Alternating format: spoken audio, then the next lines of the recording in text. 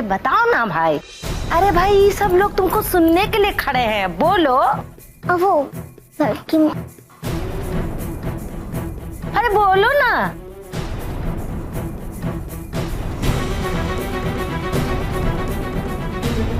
का रे, आपका सांप सूंघ गया है तुमको? अरे तुम लोग बोलने ना बोलने से कछु नहीं होगा। यह सबको जो है ना सच्चाई का पता चल चुका है।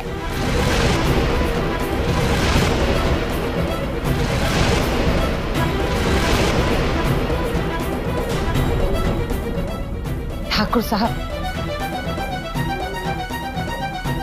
मलकाई ही है जो ही सगाई वाला घर को सुनसान करवाई है। अरे इसी का वजह से ना वो लड़का वाला सब लौट गया है। यही है जिसने उर्मिला बिटिया के जाके कान भरे हैं, जिसकी वजह से ये सब तमाशा खड़ा हुआ है। मलकाई ये आपके गुनाहगार है, इसे जो चाहे आप सजा दीजिए। अरे हम हैं इसका बड़की माए, हम कहते हैं आपको कि आप जो है ना इसको जो भी सजा देंगे हम उसके ऊपर चूत तक नहीं करेंगे। रुकिए उमा देवी जी,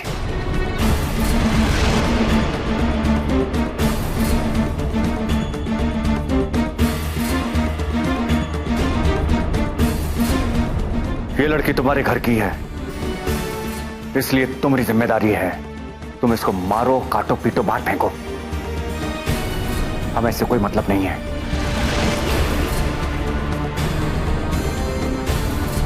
ना हम इससे कोई सवाल पूछेंगे ना कोई सफाई मांगेंगे।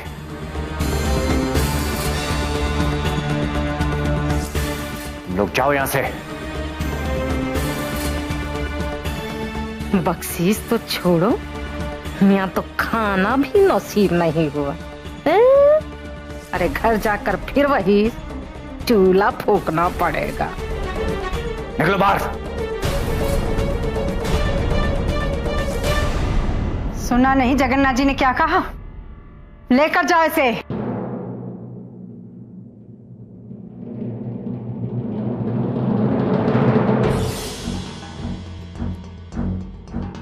चलो यहाँ से।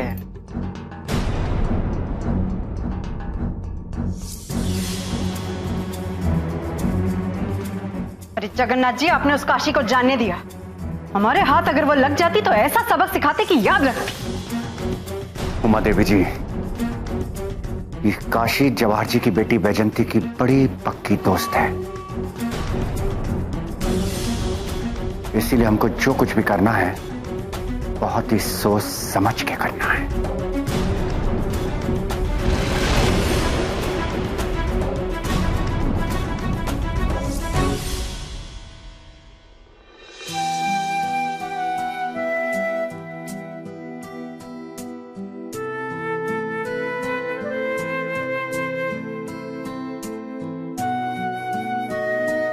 नंदू भैया, हमें पता है उर्मिला भाभी जरूर हाँ कहेगी।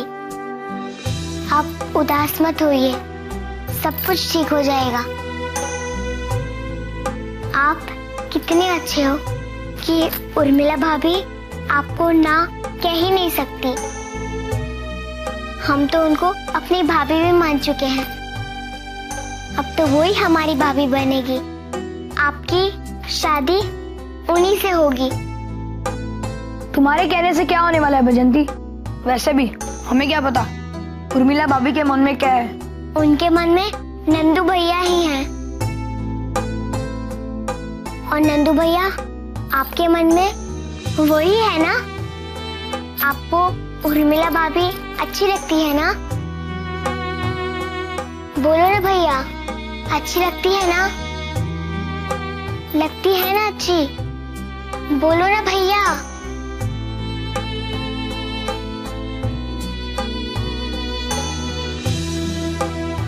देखा भैया, हमें पता था।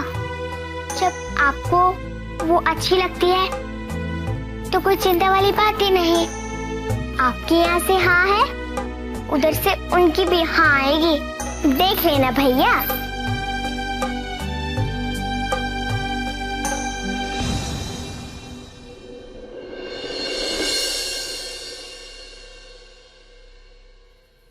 चलो अंदर और वही सूखी रोटी खाओ और मरो यहाँ पर ही झोपड़ा में।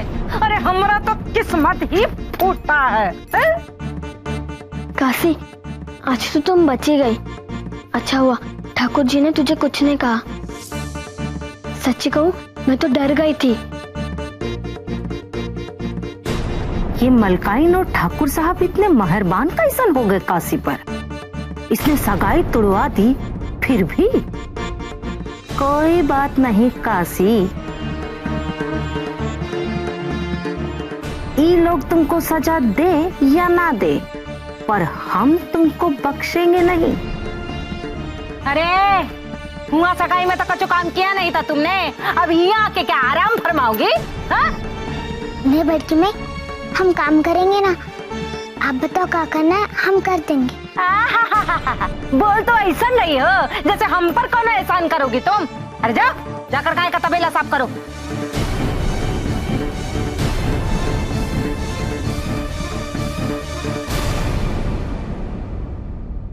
तबेला? अभी इतनी रात को? क्या है, रात में काम करने का दिल नहीं कर रहा है महारानी का? हाँ तो ठीक है, कल स्कूल की छुट्टी करके तुम ही गाय का तबेला साफ करोगी। नहीं बड़की माई, हम स्कूल का छुट्टी नहीं करेंगे।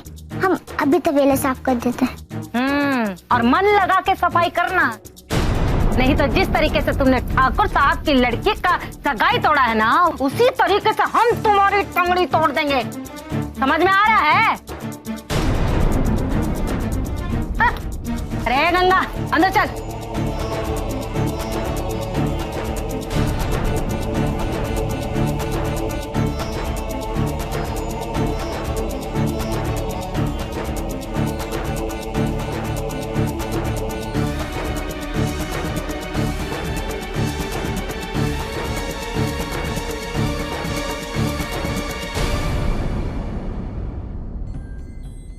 माई, बड़की माई समझती है कि हमने जानबूझकर उर्मिला दीदी की सगाई रुकवाई है।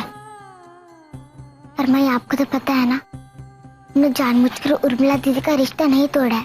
हम क्यों उनकी सगाई रोकेंगे? माई आप कुछ करो ना। सबको तो यही लगता है कि यह हमारी गलती है। अब भगवान जी को बोलो ना कुछ करने, वो कुछ करेंगे। आप उनसे कहो ना नंदू भाई और उर्मिला दीदी की शादी करवा दें। कहेंगी ना माई? हमने देखा सपना दुनिया को माना अपना, चाहा हमने इतना संग संग सबके चलना, लेकिन हम जहाँ भी जाए हमसे सब क्यों कतराए। बोलना बाबा, ईश्वर की इस दुनिया में होता है क्यों ऐसा, होता है क्यों ऐसा।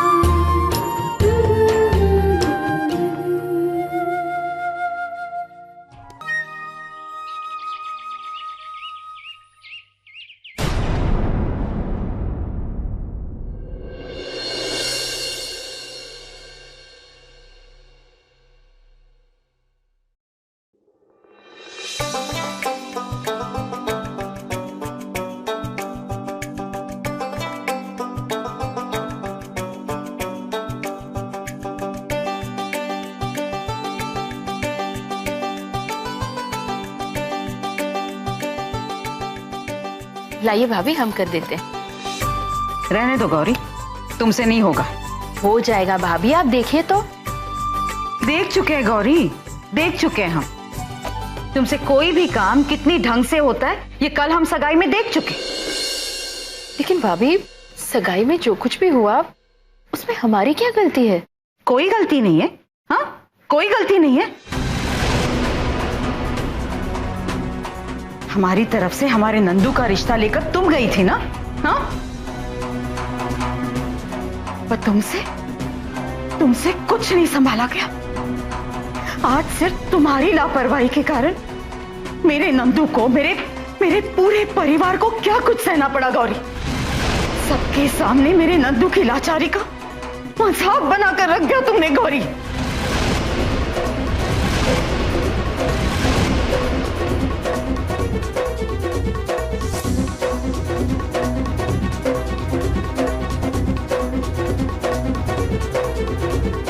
भाभी, हम आपकी तकलीफ समझ सकते हैं। हमें भी नंदू के लिए बहुत बुरा लग रहा है, पर नंदू भी तो हमारे बेटे जैसा ही है ना। बेटे जैसा है गौरी, बेटा तो नहीं है ना।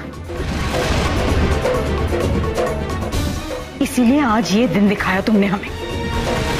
और रहा सवाल हमारी तकलीफ समझने का, तो वो तो तुम कभी नहीं समझ पाओगी गौरी, क्योंकि तुमने तो कभी किसी बेटे को जन्म ही नहीं दिया।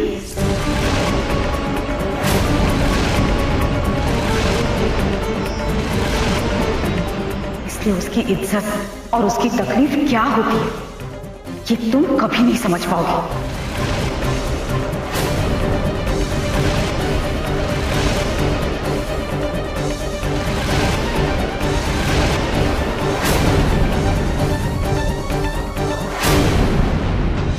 कम से कम ध्रुव के सामने तो ऐसे बातें मत कीजिए भाभी।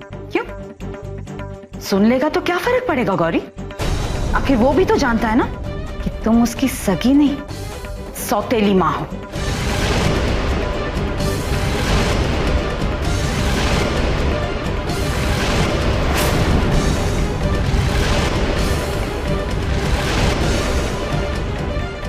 आप ऐसे क्यों कह रही हैं भाभी? क्यों ना कहे गौरी, क्यों ना कहे। जिसे चोट लगती है दर्द भी उसी को होता है गौरी। चोट हमने खाई है। कल सगाई में तो सब लोग यही सोच रहे होंगे ना कि हमने धोखे से एक मासूम लड़की का रिश्ता हमारे मूक बेटे के साथ करना चाहा।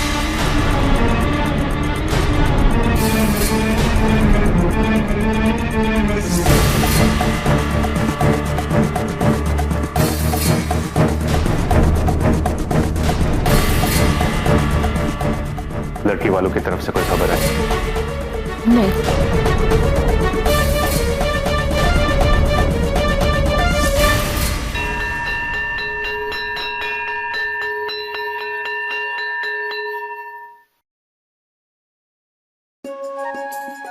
काशी, चलो हम नंदू भैया की मदद करने चलते हैं। हमें नहीं चलना। नहीं मतलब क्या? क्यों? तुम क्यों नहीं जाओगी? क्या हुआ काशी? नंदू भैया की मदद नहीं करना चाहती हो? जवाब दो काशी, क्यों मना कर रही हो तुम? हम नंदू भैया की मदद करना चाहते हैं, लेकिन अभी हम नहीं चल सकते क्योंकि हमको हवेली काम करने जाना है, और अगर हम नहीं पहुंचे तो मलकाई कुछ नहीं होगा, हम बहाना बना देंगे। लेकिन अभी हमें सबसे पहले नंदू भैया की मदद करनी है, समझ गए ना?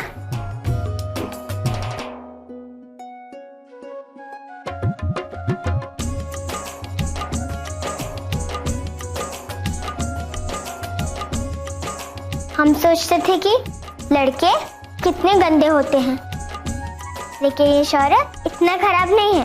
खराब नहीं है मतलब शौर्य तो बहुत अच्छा है। हाँ हाँ पता है, ज्यादा तारीफ नहीं करनी चाहिए इनकी, नहीं तो ये लड़के ना सर चढ़ जाते हैं। खैर ये सब छोड़ो, अब ये सोचो नंदू भैया और उर्मिला दीदी का रिश्ता वापस जोड़ने के लिए अब हमको क्या करना होगा। हमारे पास एक तरकीब है, सुनो।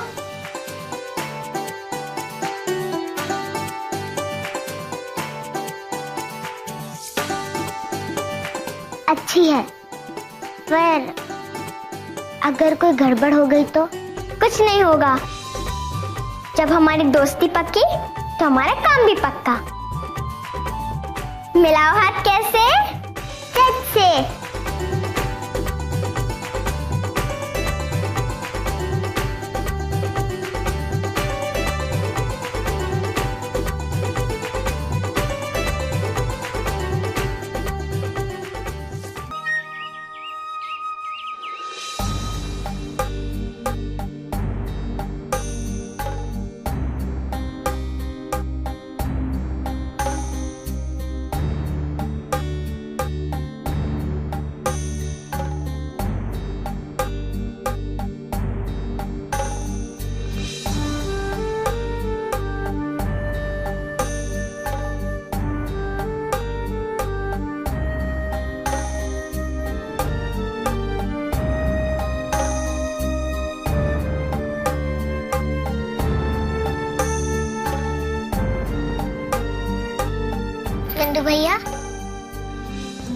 सोच रहे थे? हमें पता है कि आप ये सगाई वाले अंगूठी देख रहे थे ना, जो आप उर्मिला भाभी को पहनाने वाले थे, है ना भैया? नंदू भैया, हम और बैजंती भी यही सोच रहे थे हम सोच रहे थे कि आपके मन में उर्मिला भाभी को लेकर जो भी बातें हैं, आप उसे चिट्ठी में लिखकर हमें दे दीजिए। हम उर्मिला भाभी को पहुंचा देंगे। हमारे मास्टर जी कहते हैं कि हमारे मन की कुछ बातें ऐसे ही होती हैं, जिनको हम लिखकर ही सबसे अच्छी तरह समझा सकते हैं। भैया, तो क्या आप उर्मिला भाभी को चिट्ठी नहीं लिख के देंगे? ठीक है, आप मत लिखिए, हमें बता दीजिए, हम लिख देंगे। बताओ ना भैया। ऐसा मत करिए भैया। हाँ नंदू भैया, आप उर्मिला दीदी को अपने मन की बात बताओ, वो जरूर समझ जाएंगी और फिर उसके बाद सब ठीक हो जाएगा। ये नहीं मानने वाली काशी, अब कुछ नहीं हो सकता, चलो।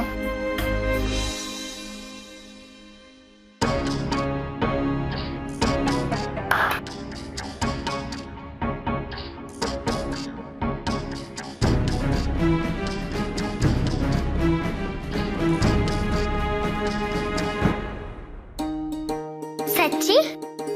आपको जो भी लिखवाना है, आप हमें इशारा करती जाइए, हम काशी से बोल देंगे, वो लिख देगी। ठीक है ना काशी? पर बैजंती, हमने इससे पहले कभी चिट्ठी नहीं लिखी, तो आज लिख दो ना। तुम बहुत होशियार हो, हमें पता है तुम लिख दोगी। ठीक है, हम कोशिश करेंगे।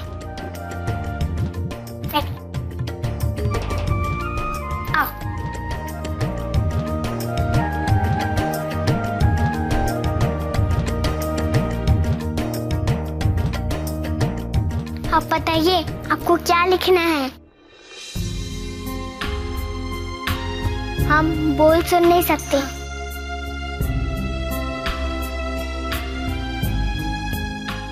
इसलिए कोई हमारा दोस्त नहीं बनता।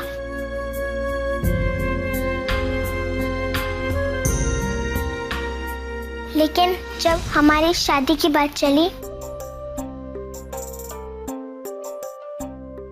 गौरी माँ ने कहा,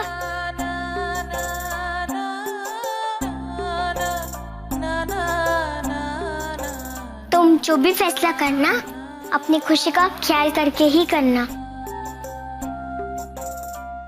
भैया, और कुछ? तुमने लिख दिया चिट्ठी? हाँ।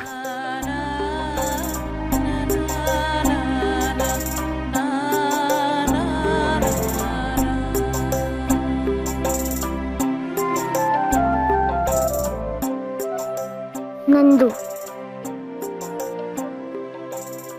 अरे वाह काशी, तुमने कितनी अच्छी चिट्ठी लिखी है। जो नंदू भैया कहना चाहते थे, बिल्कुल वैसा ही लिखा है। अब देखना काशी कि चिट्ठी कैसे जादू की पुड़िया बनेगी और कैसे उर्मिला भाभी नंदू भैया की दुल्हन बनेगी। फिर ब्याह होगा फट से और सगाई होगी झट से।